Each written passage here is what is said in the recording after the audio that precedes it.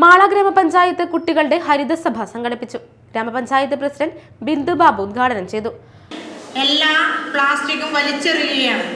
അതിനെ മുന്നോടിയായിക്കൊണ്ട് തന്നെ നമ്മളുടെ സർക്കാർ നമ്മളോട് ഒത്തുചേർന്നുകൊണ്ട് തന്നെ അത് വലിച്ചെറിയാതെ ഓരോ പഞ്ചായത്തായാലും ഓരോ വാർഡായാലും ഹരിതകർമ്മസേനകളെ വാതിൽപ്പടി ശേഖരത്തിലൂടെ വിദ്യാലയങ്ങളിലൂടെയും ഓഫീസുകളിലൂടെയും വീടുകളിലൂടെയും നിന്നും ശേഖരിച്ച് തരംതിരിച്ച് നമ്മൾക്ക് ശ്വസിക്കാൻ പറ്റാത്ത വായുവാണ് നമ്മൾ ശ്വസിച്ചുകൊണ്ടിരിക്കുന്നത്.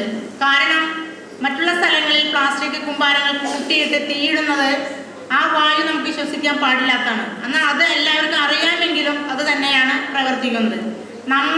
നമ്മളുടെ വീടുകളിലൂടെ വരുന്ന ആ ശുചിത്വമാണ് നമ്മൾ മാതൃകയായിക്കൊണ്ട് മറ്റൊരു ഇടങ്ങളിലേക്ക് നമ്മൾ പോകുമ്പോൾ അത് ശ്രദ്ധിച്ചു കൊണ്ടുപോകാൻ നമ്മളെ സഹായിക്കുന്നത്.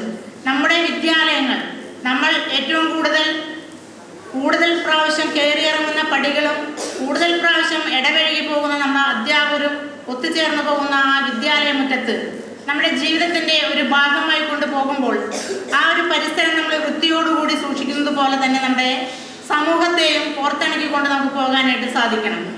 ആരോഗ്യ വിദ്യാഭ്യാസ സ്ഥിരം സമിതി ചെയർപേഴ്സൺ നബീസസ് ജലീൽ അധ്യക്ഷത വഹിച്ചു. Vice president T P. Raveendran, panchayat അംഗങ്ങളായ Sabu Paul, Sini Benny, Usha Balan, Lissy Xavier, Ambili Sajeev, George Nellissery തുടങ്ങിയവർ സംസാരിച്ചു.